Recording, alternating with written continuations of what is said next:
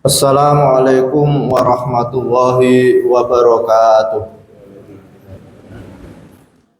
Al-Fatihah. A'udzu billahi minasy syaithanir rajim. Bismillahirrahmanirrahim. Alhamdulillahi rabbil alamin. Arrahmanir rahim. Maliki yaumiddin. Iyyaka na'budu wa iyyaka nasta'in. Ihdinas siratal mustaqim. Siratal ladzina an'amta 'alaihim ghairil maghdubi 'alaihim waladdallin. Amin. Bismillahirrahmanirrahim. Jadi pagi hari ini kita masih membahas tentang sifat wajib Allah. Jadi sifat wajib Allah itu banyak, tapi yang wajib kita ketahui, wajib kita yakini itu hanya 20. Jadi kita harus atau kita diwajibkan mengetahui dan diwajibkan meyakini sifat Allah itu yang 20 saja, lainnya kita tidak wajib. Jumlahnya banyak, tapi kita diwajibkan hanya 20 saja. Nah, yang pertama adalah wujud, ada, bahwa Allah itu ada.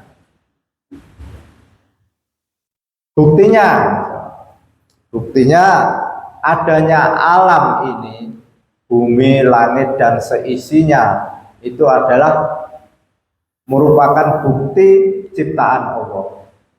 Akal kita akan mengatakan bahwa alam seisinya itu pasti ada yang mengadakan atau ada yang menciptakan. Maka Allah adalah sebagai pencipta, sebagai khalik, sedangkan alam semesta ini sebagai makhluk. Kita melihat di alam ini ada gunung, itu adalah makhluk ciptaan Allah. Kita di laut melihat laut, itu adalah makhluk ciptaan Allah. Kita naik ke atas, misalkan melihat atas ada langit, itu adalah makhluk ciptaan. Kita tidak boleh menyembah makhluk. Kita hanya boleh menyembah khalik yang menciptakan alam ini, yaitu Allah Subhanahu wa Ta'ala. Itu kunci. Jadi kalau kita di sini melihat apa saja, maka kita tidak boleh menyembah. Karena apa yang kita lihat itu adalah makhluk. Wa ma khalaqtul jinna wal insa illa liya'budun. Jadi kita diciptakan itu untuk menyembah Allah, bukan menyembah makhluk. Tuh. Lalu kita berkeyakinan bahwa Allah ini ada. Kita harus yakin. Karena keyakinan ini untuk menolak orang yang tidak percaya adanya Tuhan. Jadi kalau ada orang yang tidak percaya adanya Tuhan, alam ada dengan sendirinya, maka kita tolak. Keyakinan kita tidak seperti itu. Keyakinan kita bahwa alam ini ada yang menciptakan, bukan ada dengan sendirinya. Maka kita berkewajiban, kita berkeyakinan bahwa Allah itu yang menciptakan alam semesta ini, Allah itu ada. Lalu yang kedua itu kidam. Kidam itu dahulu. Lah Allah, kita harus berkeyakinan bahwa Allah itu dahulu. Dahulu dalam arti tidak diadakan. Kalau alam semesta ini itu baru. Jadi apa yang kita lihat ini baru, karena tadinya tidak ada menjadi ada, itu termasuk baru. Nah, Allah ada dengan sendirinya. Nah, ini kalau sudah sampai sini kita harus mantap. Sebab kalau kita teruskan, akal kita tidak mampu. Seperti misalkan setan bertanya pada kita, siapa yang menciptakan kamu? Allah. Lalu Allah yang menciptakan siapa? Misalnya dalam hati kita ada bisikan seperti itu, langsung kita jawab, amantu billah wa rasulihi. Saya beriman pada Allah dan Rasulnya. Sudah selesai. Sebab kalau kita berpikir panjang ke sana tidak mampu. Maka harus kita putus dengan amantu billah wa rasulihi. Saya beriman pada Allah dan apa yang disampaikan Rasulnya. Yang ketiga itu bako, yaitu kekal. Bahwa Allah itu kekal, tidak mengalami ketiadaan. Sedangkan makhluk itu akan mengalami ketiadaan. Misalkan Pak Ali tadinya ada, hidup, lalu meninggal, akhirnya tiada. Lalu gunung ada, tapi nanti satu saat akan hancur, maka menjadi tiada. Dan apapun yang kita lihat di dunia ini itu adalah ciptaan Allah Subhanahu wa Ta'ala. Yang keempat, mukhalafatu lil hawadisi. Kita harus berkeyakinan bahwa Allah itu berbeda dengan makhluk. Kalau makhluk punya kaki, Allah tidak punya kaki. Kalau makhluk punya tangan, Allah tidak punya tangan. Kalau Allah makhluk punya telinga, maka Allah tidak punya telinga. Kalau makhluk makan, maka Allah tidak.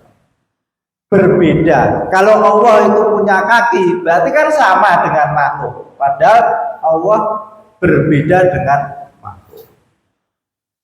Lalu yang kelima, qiyamuhu binafsi. Allah berdiri dengan sendirinya, tanpa bantuan yang lain. Kalau makhluk itu butuh bantuan yang lain. Misalkan kita mau berdiri, butuh tempat. Ini sulit memahami, tapi ini wajib kita yakini. Kalau orang itu butuh hidup, maka harus makan. Kalau tidak makan kan mati. Maka Allah itu tidak makan. Jadi Allah qiyamuhu binafsi, berdiri dengan sendirinya. Ini keyakinan yang harus pegang. Terus yang keenam itu wahdaniyah, tunggal. Allah itu kekuasaannya tunggal, tanpa dipengaruhi oleh yang lain.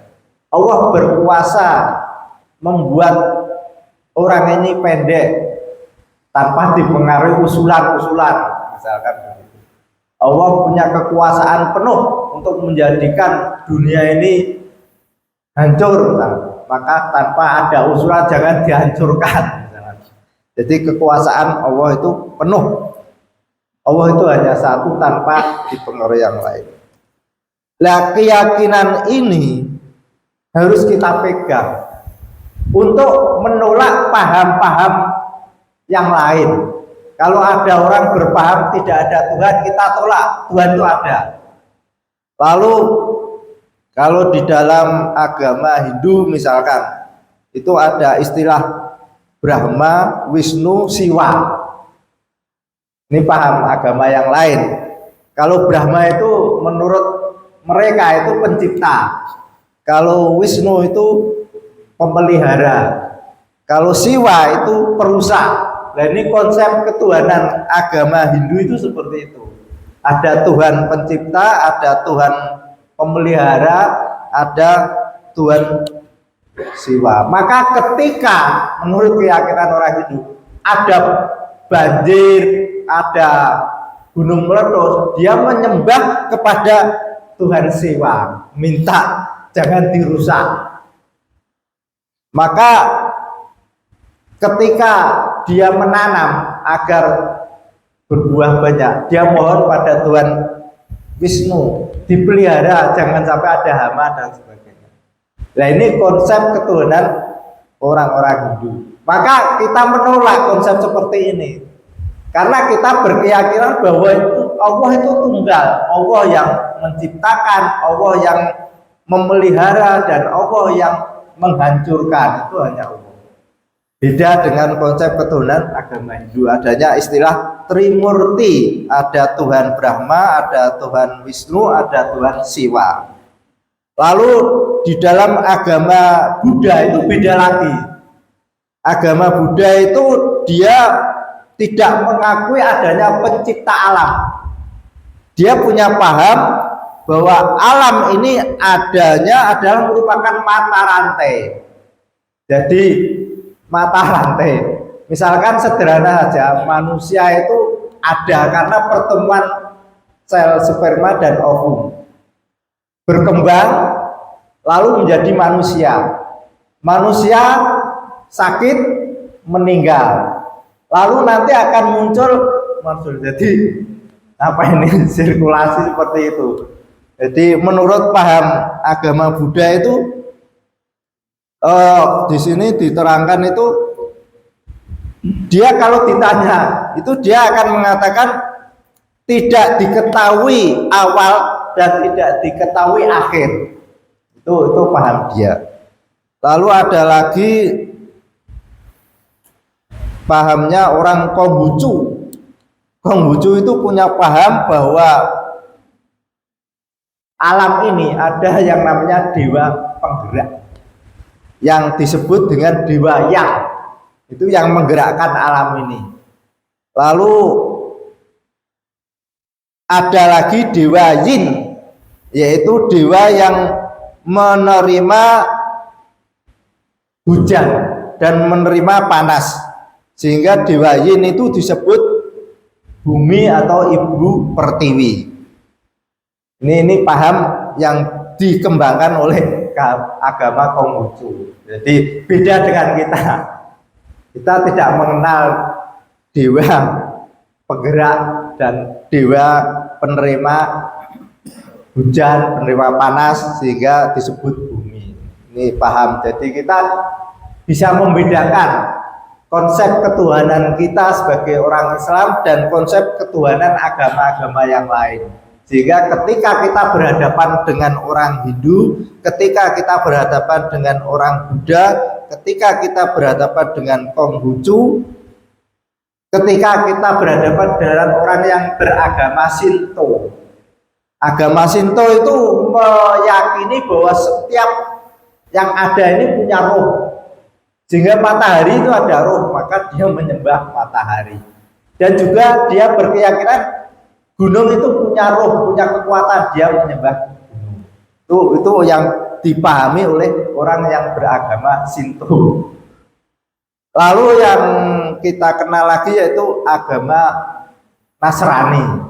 Konsep ketuhanannya itu ada istilah Tritunggal, 3 tapi 1, 1 tapi 3. Ada istilah Allah, terus Tuhan Yesus, lalu Roh Kudus, atau Tuhan Bapa, Tuhan Putra, Roh Kudus.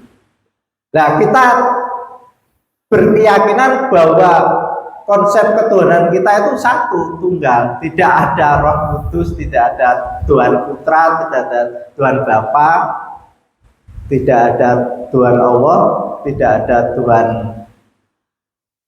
Yesus dan Roh Kudus. Jadi pemahaman kita beda dengan pemahaman orang Nasrani. Dengan demikian kita punya keyakinan yang mantap bahwa keyakinan saya seperti ini. Jadi kalau kita berhadapan dengan orang Nasrani, orang Hindu, orang Buddha, orang Konghucu, kita punya benteng yang kuat. Bahkan kita bisa menyalahkan menurut kita, wah itu salah. Menurut keyakinan saya tidak seperti itu. Sehingga kalau anak-anak kita bekali dengan paham keyakinan yang seperti ini, dimanapun dia tidak akan berubah atau pindah ke agama lain. Misalkan di Amerika, di sana pahamnya beda dengan kita, mayoritas non muslim misalnya. dia tetap tegang. Saya itu yang benar, keyakinan saya seperti ini. Misalkan di Bali, di sana tidak kita temui masjid yang seperti kita. Cari masjid kan susah di sana. Bahkan pom bensin tidak ada musola. Lalu kita terpengaruh, berarti sini mayoritas agama Hindu. Lalu keyakinannya seperti ini, langsung kita melebur mengikuti karena tidak punya keyakinan yang mantap.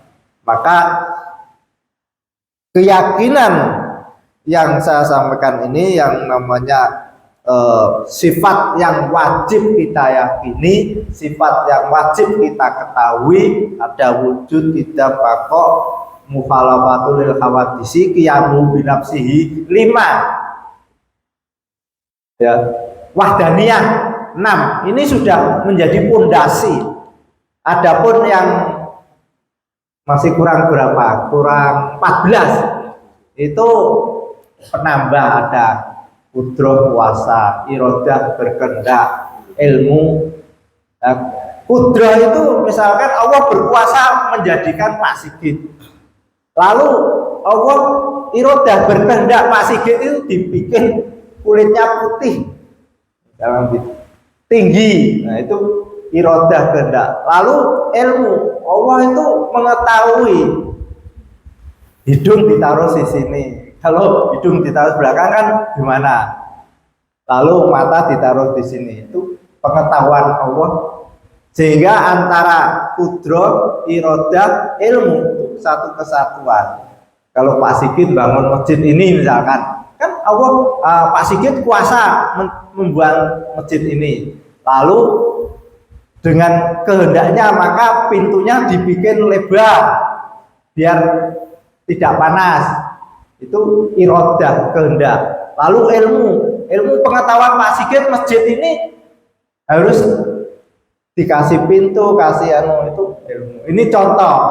Tapi kalau manusia kan ada arsitek yang bagian gambar, ada yang pelaksana bangun masjid ini, ada yang, tapi Allah itu enggak. Allah yang menciptakan, Allah yang berkehendak, dan Allah yang mengetahui.